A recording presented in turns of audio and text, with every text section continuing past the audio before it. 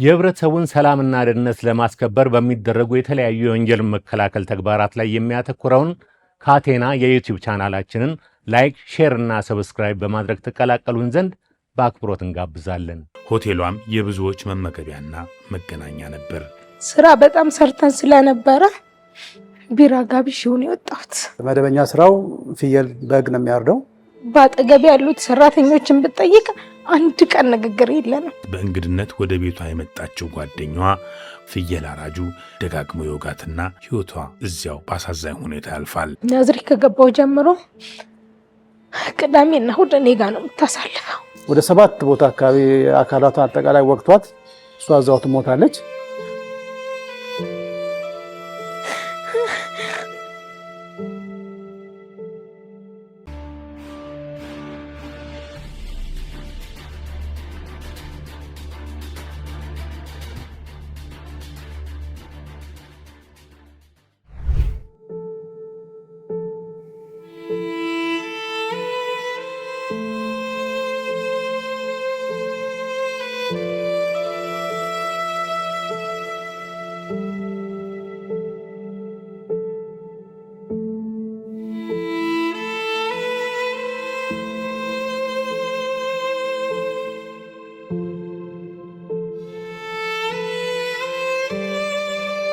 የአዳማው ፍየል አራጅ። ሰርክ የወንጀል ጉዳዮችን ስንሰራ እንደ መግቢያ ከምንጠቀምባቸው መካከል ማመን መተማመን በገደብና በልክ ይሁን የሚል ሐረግ ይበዛበታል። ይህን ስንል አትመኑ አትተማመኑ ማለታችን እንዳልሆነ ግልጽ ነው። ማሰሪያ ገደብና ልክ ይበጅለት ማለታችን እንጂ። ወግና ባህላችን ሆኖ ለማመን ለመተማመን ቅርብ የመሆናችንን ያህል በተለይ ዛሬ ለመከዳዳትም ያንኑ ያህል ቅርብ እየሆነን መጥተናል።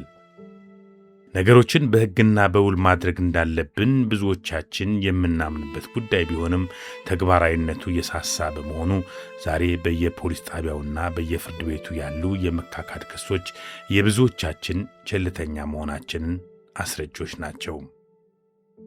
ስንሸጥ ስንገዛ፣ ስንሰራ ስናሰራ፣ ስናደርግ ስናስደርግ የዛሬው ፍቅርና እምነታችን ላይ ሆነን ስለሚሆን ነገ ብዙ ነገር ሲጎል የምንይዘው የምንጨብጠው ሲጠፋን የምንፈርደው በማን ይሆን?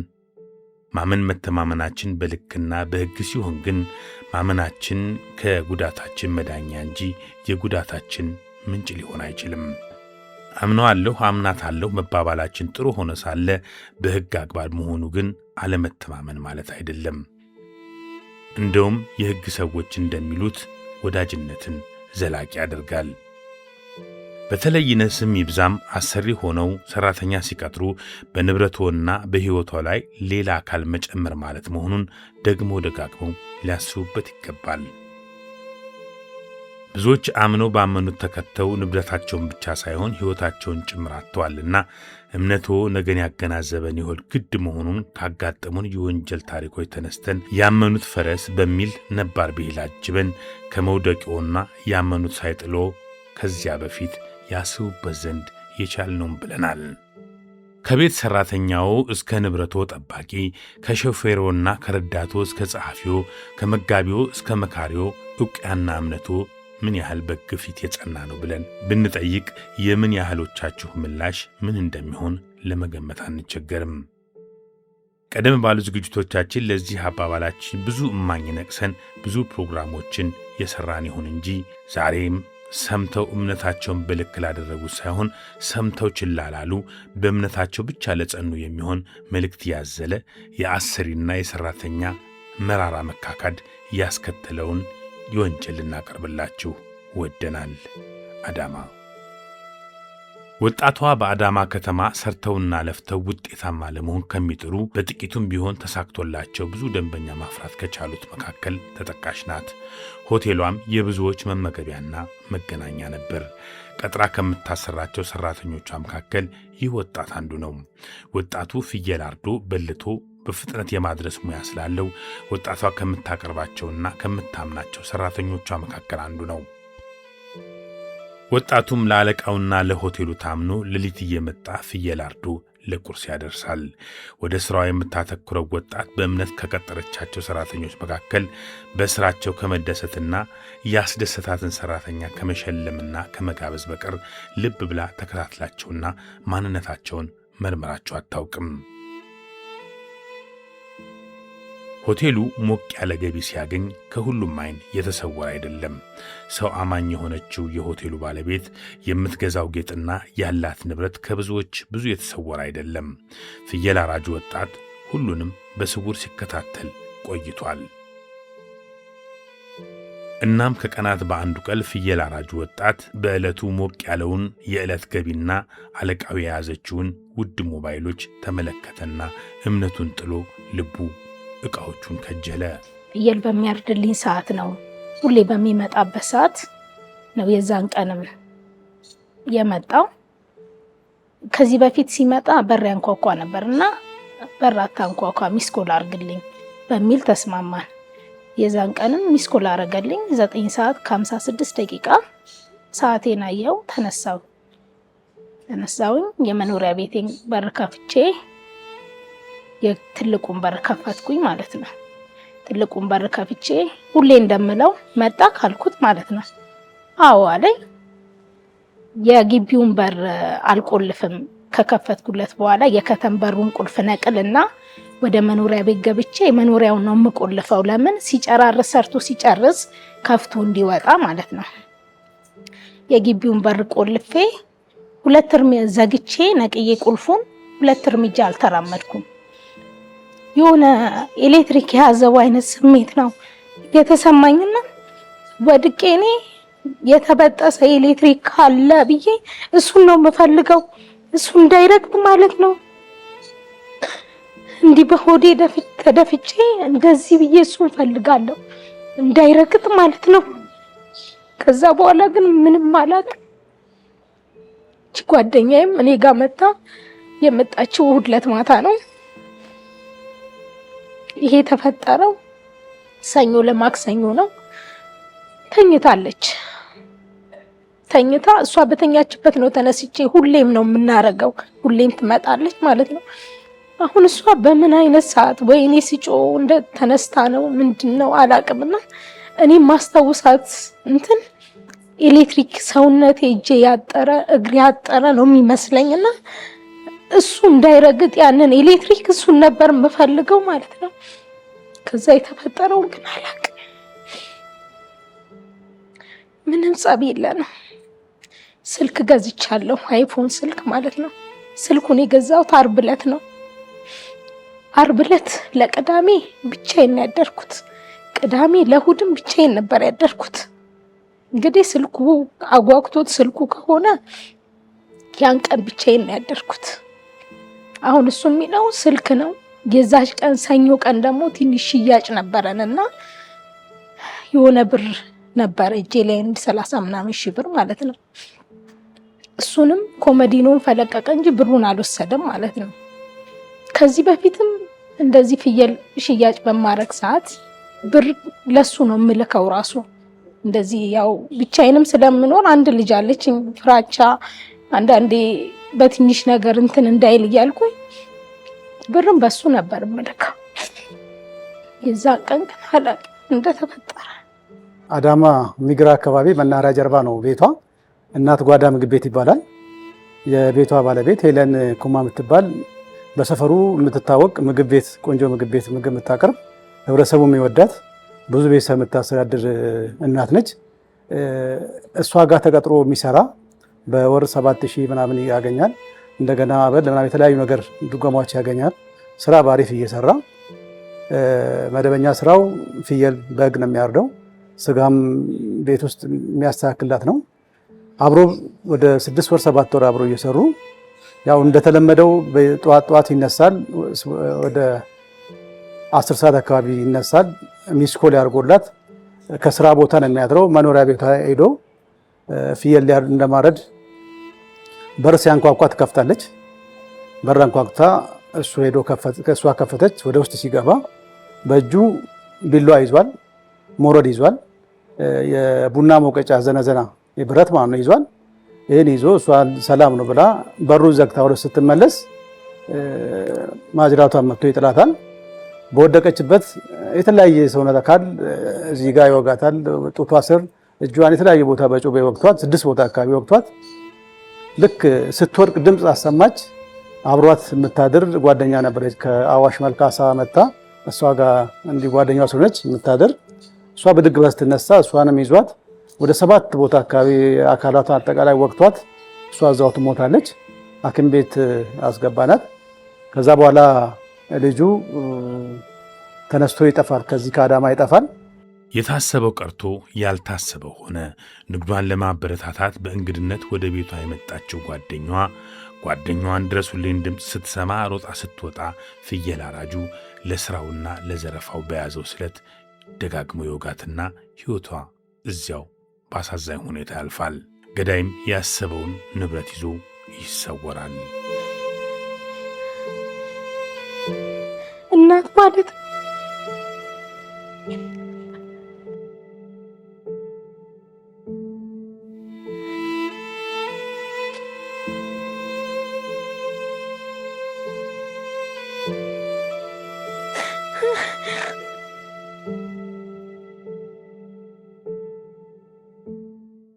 ቆይተናል። 3 ዓመት 4 ዓመት እንደዛ ጊዜ ጓደኛ ነው። እኔ አዋሽ ናዝሬት ከገባው 7 ወሬ ነው። ናዝሬት ከገባው ጀምሮ ቅዳሜና እሑድ እኔ ጋር ነው የምታሳልፈው። እየመጣች ሰኞ ቅዳሜ ከመጣች እሑድ ካልመጣች ሰኞ እያለች በሳምንት 1 ቀን መታ 2 ቀንም 1 ቀንም አድራ ነው የምትሄደውና ጓደኛ ሳትሆን ለእኔ ቤተሰቤ ነች። የዛን ቀን ማታ ጋብዤው ነው የወጣሁት። ስራ በጣም ሰርተን ስለነበረ ቢራ ጋብዤው ነው የወጣሁት። 2 ቢራ ደክሞ ካልብዬ ማለት ነው። ቢራ 2 ቢራ ገዝቼለት ደህና አደሩ ብዬ እንደማንኛውም ቀን ነው ወጥቼ ሄድኩት። ይሄ ገዳይ ወንጀሉን ከፈጸመ በኋላ ይጠፋል። ህብረተሰቡ በአካባቢ የሚገኝ ድምፅ ሰምቶ እንዳለ ተነቅሎ ይወጣል። ልጅቷን በደንብ ስለሚግባባትና ስለሚያውቋት ምግብም ስለምትሰራ ተነቅሎ ይመጣል። በጣም በኃይለኛ ሐዘን ውስጥ ገብተው ልጅቷንና ሐኪም ቤት ለማትረፍ ቢሮጡም ሊያተርፏት አልቻሉም። ያችኛዋ መንገድ ላይ ትሞታለች እና ህብረተሰቡ በጣም ልዩ ድጋፍ ነው ያደረገው። ፖሊስም የራሱን ቴክኒክ እና ታክቲክ ተጠቅሞ ህብረተሰቡን ከጎን አድርገው አብሮ ነው ወደ ፍለጋ የሄደው። ህብረተሰቡ በራሱ ነው ማንም ሳያዘው ተነስቶ በእግርም በሞተርም በመኪናም ኮንትራት ይዞ ሁሉ ነው ወደ ፍለጋ የወጡት። ፍለጋው የተሳካ ፍለጋ ሆነ። ፖሊስን ከጎን አንለይም ይሄ ልጅ እስከሚገኝ በሚል ነው በቆራጠኝነት ተነስተው ይህንን መልካም ስራ እንዲሰራ ያደረገው። ልጅቷም ሞታለች፣ አትመለስም። እችኛዋም ጉዳቷ ተጎድቷል። ግን ልጁ ይሄን ፈጽሞ ወደ ህብረተሰብ ተመልሶ ሌላ ወንጀል አሁንም ሊሰራ ይችላል። ወጣቱ ሽማግሌው ሳይቀር ነው ከኛ ጋር ነቅሎ የወጣው። ሞጆ ከተማ ጥርጣሬያችን ወደ ሞጆ ከተማ ሄዳል። ትውልዱ ወደ ደቡብ ስለሆነ ወደዛ ሄዳል የሚል ግምት ነበረን። ህብረተሰቡ ከኛ ጋር ተነስቶ አስቀምጠን ሁላችንም ከቤት የወጣ ነው ለመያዝ ስለሆነ በቆራጠኝነት ምንም ደከመን ሰለቸን ሳይሉ ሁሉም በየአቅጣጫው ስፔሻሊ ታርጌት ያደረግነው መናኸሪያ አካባቢ ስለሆነ መናኸሪያ አካባቢ በር ላይ ልጁን በደንብ ለይቶ የሚያውቁትን እንዳስቀመጥናቸው ልክ እዛ ጋር ተቀምጦ እሱ እዛ አካባቢ አብሮማ የሚባል ሆቴል አልጋ ይዞ ነበር። ከዛ ከአልጋ ቤት አካባቢውን እያጠና ወደ መናኸሪያ ገብቶ ቦታ ይዞ ሊወጣ ሲል ልክ መናኸሪያ በር ላይ ሲደርስ እዛ ጋር የተቀመጡ ሰዎች ያዩታል፣ እሱም ያያቸዋል። የሩጫ ሮጠ። አሁን ህብረተሰቡ ብዙ ጊዜ የተለመደው ሌባ ሲባል ምናምን ዞር ነው የሚሉት። ይሄ ግን ሌባ አይደለም ሰው ገሎን የመጣ እያሉ ነው ሲከተሉት ነበር። ሌባ አይደለም ሰው ገሎን የመጣ ያዙልን እያሉ እዛ ሞጆ ላይም በጣም ላመሰግን ፈልገው ህብረተሰቡ በጣም የተባበረን ላባቸው ጠብ እስኪል ሮጠው ልጁን እጅ ከፍንጅ ያዝ ነው። ስንይዘው አልጋ ቤት ውስጥ የሰረቃቸው ሞባይሎች አሉ። 4 ሞባይል ሰርቋል። 2 ሳምሰንግ፣ 1 አይፎን እና 1 አፕል 100 ምናምን ሺህ የተገዛ ሞባይል ቤት ውስጥ ነበረ። እነዚህ ሞባይሎች ከቤት ውስጥ አወጣን። እሱን ቀጥታ ወደዚህ ይዘን መጣን። ልክ እዚህ ስናመጣው ደግሞ ጉዳዩን የፈጸመበት ወንጀል የፈጸመበት ቢላዋ ደብቆ ነው ሄደው። ለህብረተሰቡ ግልጽ ይሁን በዛው ነው የወሰድነው። በምንድን ነው የፈጸምከው? እንዴት ነው የፈጸምከው ስንል በቢላዋ ነው። ቢላዋውን ሶፋ ስር ደብቆ ነው ሄዶ ከሶፋ ስር ቢላዋውን ይዞ መጣ። ግቢው ልክ ከብት የታረደ ነው የሚመስለው። ያን ህዝቡ በሱ መያዝ እና ጉዳዩ ፈጽሞ ቢጠፋ ኖሮ ይሄናል ዛሬ እኛም በጣም ችግር ውስጥ የምንገባው። ፖሊስም ወጣቱን ወንጀል ለመስራት ያነሳሳው ጉዳይ በዕለቱ የነበረው የዕለት ገቢና የሞባይል ስልኮች እንደነበር ይገልጻል። በዕለቱ ገበያው ቆንጆ ነበረ። በዕለቱ ገበያ ለ40 ሺህ ምናምን የሚያክል ብር ተሰርቶ እንደገባ ያውቃል፣ እዛ ቤት አብሮ ስለሚኖር። ሁለተኛ ደግሞ ከወንጀሉ በፊት 3 ቀን አካባቢ ሄለን ሞባይል ገዝታ ነበር። አፕል P14 የሚል ሞዴል በ111 ሺህ የተገዛ ሞባይል ነበረ። እሱንም በእጃው አይቷል። እነዚህ ነገሮች ወስዶ መሄድ አስቧል። ይህንን ነው መጀመሪያ ወስኖ የገባው። ልክ እንደገባ ሞባይል ፍለጋ ነው ወደ ቤት ውስጥ የገባው።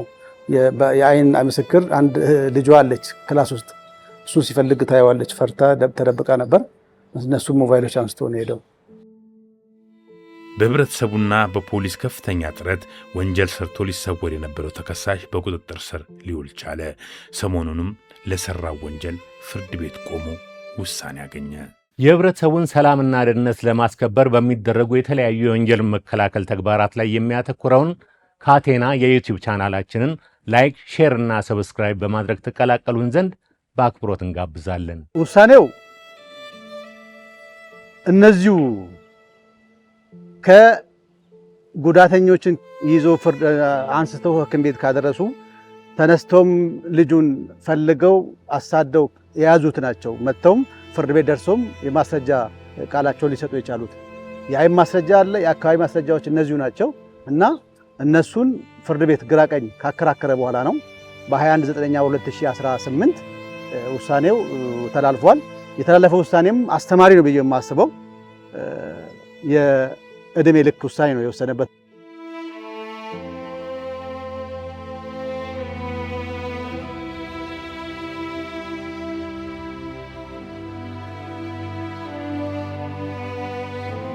እኔ ቤተሰብ የለኝም እዚህ፣ ግን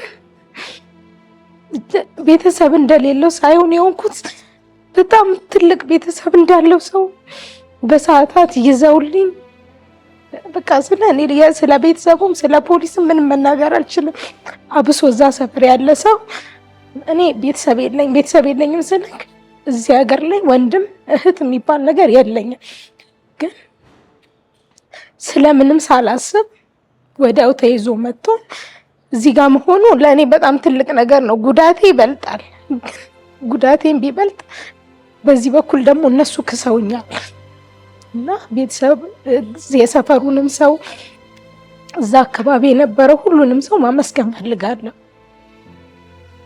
ፖሊስ እንደገለጸው ወጣቷ ፍየል አራጁን በሰራተኝነት ስትቀጥረው ማንነቱንና ምንነቱን እንዲሁም ተያዥና ዋስ አልጠየቀችም። አመነች፣ አመናት፣ ተማመኑ። መጨረሻው አላማረም እንጂ። እኔ በዚህ ሰዓት የተማርኩት ነገር ሰው ማመን ለራሴ ግራ እስኪገለምን የእውነት ነው ምልክ ባጠገብ ያሉት ሰራተኞችን ብጠይቅ አንድ ቀን ንግግር የለንም። አንድ ቀን ማለት ነው ስልከው እሺ ነው በቃ። እኔም አብሬ ነው የምሰራው እዛው ኩሽና ውስጥ ማለት ነው። እንደዚህ ይሄ ሰው እንደዚህ ያደረገ ይሁን ብለህ የማጠረጠረው ሰው አለ አይደል? እና የሰው ማንነት በደንብ ካልታወቀ ኬት እንደሆነ ነገ ሂደክ ያንን ሰው ያ ህብረተሰቡ ባይዝልኝ እኔ ሁለተኛ ሞት ነው የምሞተው። ገብቷል? ግን ሰው ስለነበረ በዙሪያ የሚያለው ሰው ጥሩ ሰው ስለነበረ ይዘውልኛል።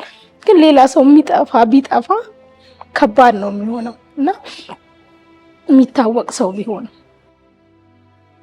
ከዚህ ከማመን መተማመን ከፈጠረው ወንጀል ተነስቶ ፖሊስ ለእርስዎ የሚሆን መልእክት አለው። ሲቀጥሩ ማንነቱን ከየት እንደመጣ አመጣጡን ባክግራውንዱን ጀርባውን ጥናት ላይ የለም። ይሄ ሰው ሲመጣ አቋሙን የስራ ሰው ነው ስራ ይሰራል የሚል ብቻ ነው የሚያዩት እንጂ ከየት መጣ እንዴት መጣ ይሄ ወጣት እንዲህ የሰው ቤት ተቀጥሮ ቦርዶ እንደዚህ ስራ ለምን ይሰራል ምን ሰርቶ ነው የመጣ የሚል ነገር ማንም ማጠናም። ስለዚህ ኢቭን ዋስትና እንኳን የሰው ዋስትና የለም። አንዳንድ ቦታ ብር 20 ሺህ 30 ሺህ ብር መያዣ አድርጎ ነው የሚገባው። እሱ ከዛ በላይ አትርፎ ለመውጣት ነው የሚፈልገውና ህብረተሰቡ መንቃት አለበት። እነዚህ ዝም ብሎ የሚገቡ ማንነታቸው የማይታወቅ ሌላ ቦታ ሰው ገሎ ይችላል፣ ዘርፎ ሊመጡ ይችላሉ። ከየት መጣ ማንነቱና በቃ የዛን ቀን ነው የሚታወቁት፣ ሲቀጥሩ ነው የሚታወቁት እንጂ ከዛ ፊት ማንነቱን አያውቁም።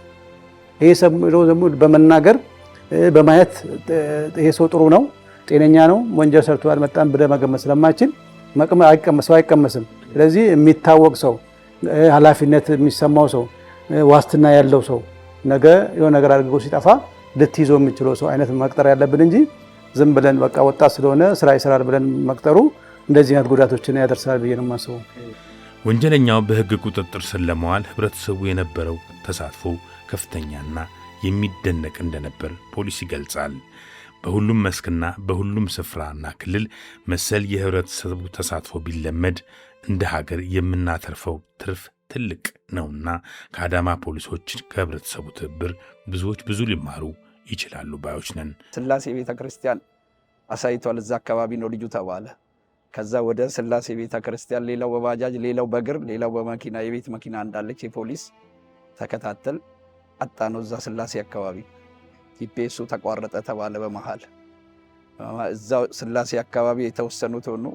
ሁለት ሆነን ወደ ስላሴ ቤተ ክርስቲያን ሄድ ወደ መናኸሪያ ሄድንና መናኸሪያ በር ላይ ቁጭ አለ። ሌሎቹም ሁለት ሰው ተጨመረልን። ማዶ ተሻገሩ አላቸው። እነዚያ ከኛ ኋላ የመጡትም ማለት ነው። እነሱ ማዶ ሲሻገሩ ማዶ ላይ ነበር፣ እሱ አላየነውም እኛ። እነሱን ሲሸሽ በማዶ ቴራዞ ሄዶና እኛ ቁጭ ብለናል፣ አላየነውም። ተመልሶ መጣ በእኛ ጋር መናኸሪያ ሊገባ። ልክ መናኸሪያ ሊገባ ሲል ቢያንስ 20 ሜትር እንደዚህ ቴራዞ ላይ ነው ደጅ ቁጭ ያልነው። አየን፣ እንደዚህ አይን ላይን ተያየን። ዞረ፣ ከመናኸሪያ ጀርባ ተመለሰ። በሩጫ በቃ አመለጠናል። ከአቅማችን በላይ ሆነ። በሩጫ አልቻልንም። ከዛ ልጆቹን ደወልንና ከመናኸሪያ ኋላ አግኝተነዋል ቶሎ በሉ ብለን ለልጆቹም ደወል አልን። በቃ መያዝ ስላልቻልን ማለት ነው እኛ በሩጫ። ከዛ ህዝቡ ረዳን። ህዝቡም ከፊትም ከኋላም ሲሮጥ እሱ ድንጋይ እያነሳ ከፊት የሚመጣው ላይ ድንጋይ ይወረውራል። መጨረሻ ከአቅሙ በላይ ሆነ። ህዝብ ከፊትም ቀደመ። ህዝብ ከፊት ሲቀድም ወዴት ይሄድ መሄጃ አጣ። ቢያንስ 300 ሜትር ያክል እንደሮጠ ህዝብ ከፊት ሲጎል ከኋላ ህዝብ መጣበት፣ እጁን ሰጣ። የኛም ፖሊሶች የሞጆም ፖሊሶች አሉ፣ በኋላ ደረሱልን። ሞጆ ፖሊስ ጣቢያ አስገባ ነው። በየትኛውም ጥቃቅን ወንጀሎች ከሚባሉ ድርጊቶች እስከ ከባድ በሚባሉት የወንጀል ባህሪያት ውስጥ የህብረተሰቡ ተሳትፎ በተለይ የአዳማ ከተማ ማህበረሰብ በፊት ለፊት በምሳሌነትም ከሚጠቀሱት ከተሞች ውስጥ አንደኛው ነው። ይህን በምክንያት የማስረዳው ምክንያቱም የማህበረሰብ አቀፍ አገልግሎት በአግባቡ በደንብ ስራ ተሰርቶበታል ብሎ መውሰድ ይቻላል። ስለዚህ የህብረተሰቡ የወንጀልን የመከላከል ባህሪ የማደራጀት የማንቃት ሆኖም ከተገኘ ተፈጽሞም ከተገኘ ወዲያው መረጃ የመስጠት የመከታተል የአንበሳው ድርሻ ነው ያለው። በዚህ ልኩ አሁን ያልከውን የወንጀል ድርጊት ከኛ ባልተናነሰ ከኛ በሚበልጥ ህዝቡ እንዴት እንደዚህ አይነት ድርጊት ይፈጸማል በሚል ቁጭት ህብረተሰቡ ከኛ ጋር ተከታትሎ ነው ያንን ድርጊት ቴክኖሎጂን በመጠቀም ክትትሉ በዚህ ልክ ወዲያው የተጎዳውን አካል ተጎጂውን አካል በህግ እንዲካስና ተመጣጣኝ ውሳኔ የሚያስተምር ውሳኔ የተሰጠበት ሁኔታ ነው ያለው። እዚህ ውስጥ ምንድን ነው ያለው? የማህበረሰቡ ወይ ደግሞ የህብረተሰቡ ተሳትፎ ለህቅ ያለ ነው። በዚህ አጋጣሚ እንደውም ክብርና ምስጋና ይገባቸዋል የሚል ሀሳብ ነው ያለው።